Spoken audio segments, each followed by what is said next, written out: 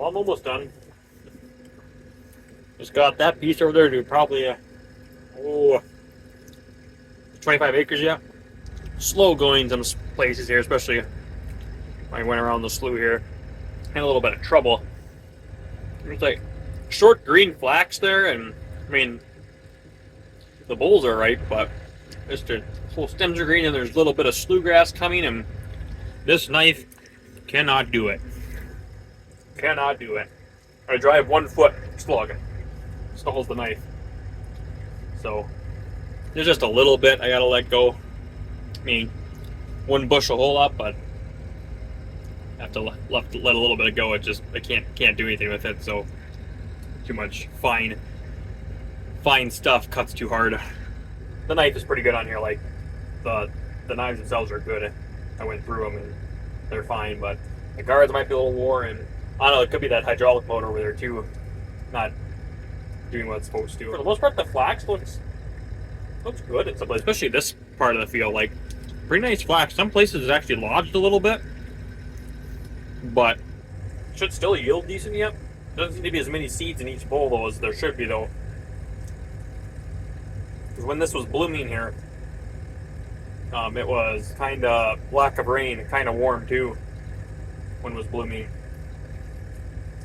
Should have missed out on rain, and then it finally did rain then, but it was basically a week too late though. And some of the later blooming flax probably helped out, but other than that, it didn't do a whole lot. I mean, it's almost like that for any crop. When a crop is in the blooming phase, flowering phase, that's when it could be a little bit cooler and rain. You don't necessarily want it damp because that's not good either, but just on the cooler side and get a shot of rain here and there. That's when flax really could bushel. Almost done with swathing. Almost done. Not nearly as much as last year. I mean, it's kind of nice. Didn't have any oats this year. Pretty much only swathed the organic stuff and then flax. And so hardly any swathing this year. I mean, last year I think we cut 2/3 of our acres we swathed. A lot of oats and then the flax then, so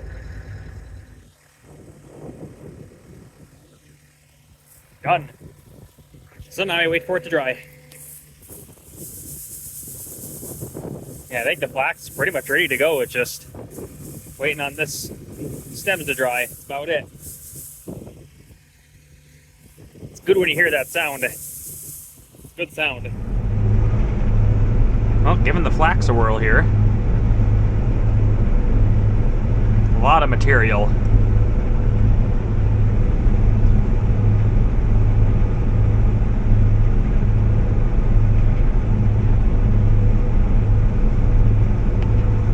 Seems to be doing all right so far. But for the amount of material that's going through the combine though, like, feels like it should be doing better. When it was blooming, flowering, being hot, and missing a little bit of rain there. You know, we've had a lot of rain this year, but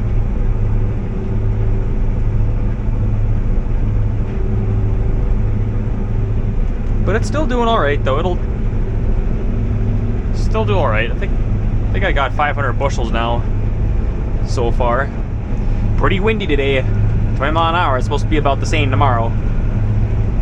Kind of a bad direction for the wind today for these two fields, but tomorrow, if it all works out, tomorrow will be mostly be a crosswind for me. Just a little bit of where the windrow is going north and south, but at least half the acres here will have a crosswind. So yeah, where it's thick like this, I gotta crawl.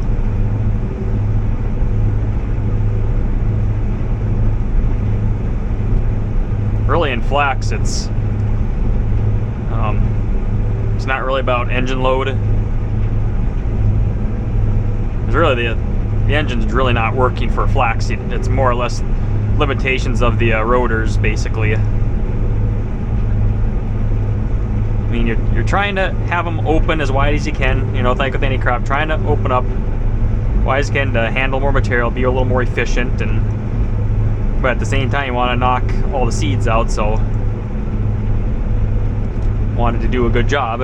After I got done seeding this, you know, like a week later, we had a lot of rain, and I mean, I pretty much seeded all the way up to where those foxtails are at there in the slough there. I seeded all this here, but too wet for the flax, kind of almost drowned out, and then nothing but just kochia, and it's mostly kochia here, a little bit of pigweed, but it's kind of alkali here, a little bit too high water table here. It's very high this year here. Not quite as high as it's been in the past before. You know, sometimes there's been standing water here where you can't even get close over there. But it's still pretty high. I'm mowing some sloughs here. Pretty much right once you get to the cattails, that's it. I mean, most years mowing sloughs, I can get into the cattails and chop some of them down, or if none of them got the, as we call, cigars on them, the seeds, you know, we'll build them up then. But if they got the cigars on them, we just let them lay then. Like to knock down some of those cattails, just less snow to hold up, and for next year then too. Easier to mow next year. But it's flax is pretty wimpy when it comes to harsh weather conditions. Too hot, it hates it. Too dry, it hates it. Too cold, too wet, it don't like it. I can say around here, if I can get at least 20 bushels an acre around here, that's doing good.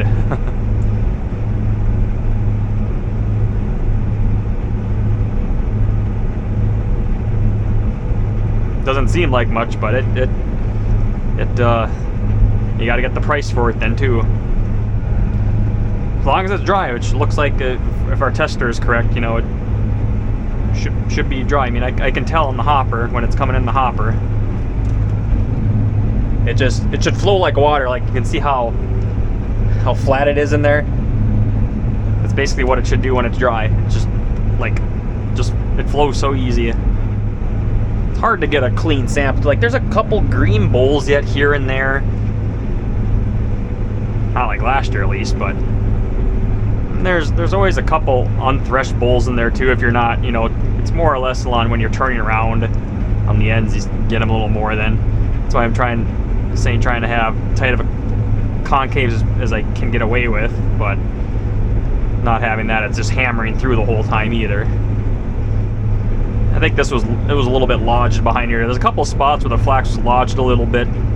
Not bad, just more or less, you know, kind of tangled over almost, and try to get what I can with the swather, but the swather can only do so much, or else you just end up stalling the knife.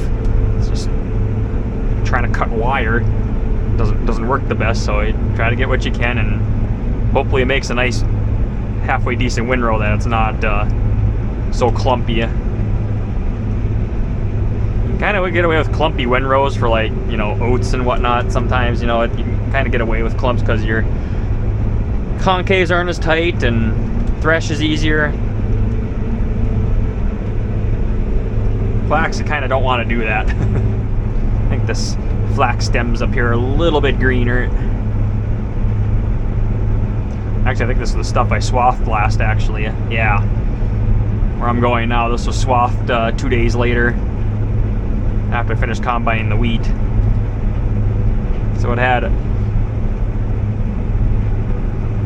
one solid less day of drying, so it makes a difference. But dried pretty good today though. Real good drying day today. I don't think I've ever combined flax like this before. Like, just, it's like this a lot of the way down, especially over here in this low bottom area. Just nuts. I really kind of pay attention to what I'm doing here, just trying to keep a good consistent pace here. Did have one minor issue. The chain jumped off on the for the apron drive on the header. I don't know why. Just it was the one chain I didn't check how tight it was, and made one pass, just turned around, then was gonna start heading down the next one. Here I noticed my front apron quit turning. What the heck? So couldn't get the stupid shield off over here. I just kind of just bent the shield out of place then so I could get access to the nuts on the backside, and yeah, somehow I don't know, the chain must have been too loose and somehow it jumped off then. So really the last nice day to harvest flax here, so I don't know if I'm gonna get done today. I'm hoping to yet. I mean, I still got a lot of time yet, but can't really go very fast. Wow. Here, the windrow is just all sorts of... Oh, the wind kind of roughed up some of the windrows like that, kind of flipped them a little bit, so it's feed in a little weird, but as long as I can just keep going consistent like this,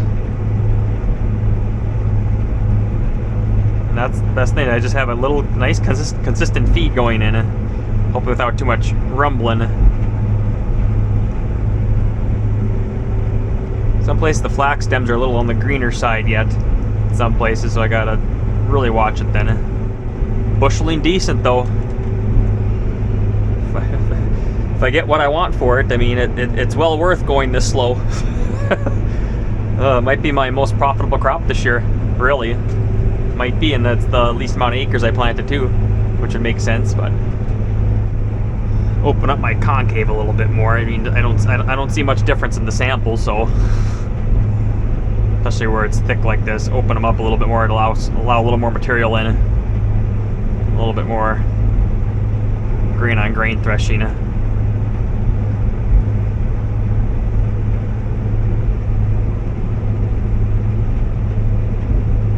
It's just crazy. Most of the time, going average between 2 and 3 miles an hour most of the time. Especially here, it's just... I know this was a place where it was kind of... A couple of it was tangled over. You can see some there didn't get cut, some there didn't get cut. And I see the windrow just doesn't look nice. I mean, the swather did a decent job, but hard to ask for it on flax to make a consistent windrow. Crop isn't laying very nice.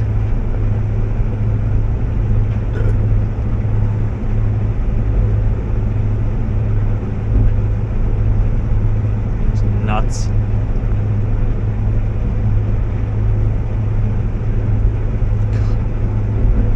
That's a lot of flax stuff coming through.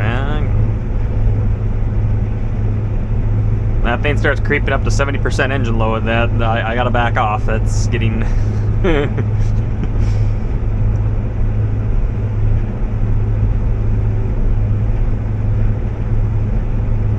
That's when I'm really pushing a little too much. And just like combining the wheat this year, it's weird having to go slow. It's just weird. Not used to it. Well, I can't believe I'm gonna finish this tonight. I can't believe it. Done sooner than I thought I was gonna be too. You can tell it's already starting to get tough out. Kind of the same thing happened last night too. It just seems like once that sun starts getting lower, it just like I'm going like 0.3 to 0.4 miles per hour slower.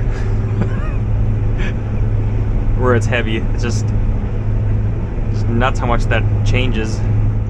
Wish I could have let this lay a little bit longer, would have been, but weather's gonna be cooler for a little bit here, so chance of rain off and on, so it's like, well, get it done.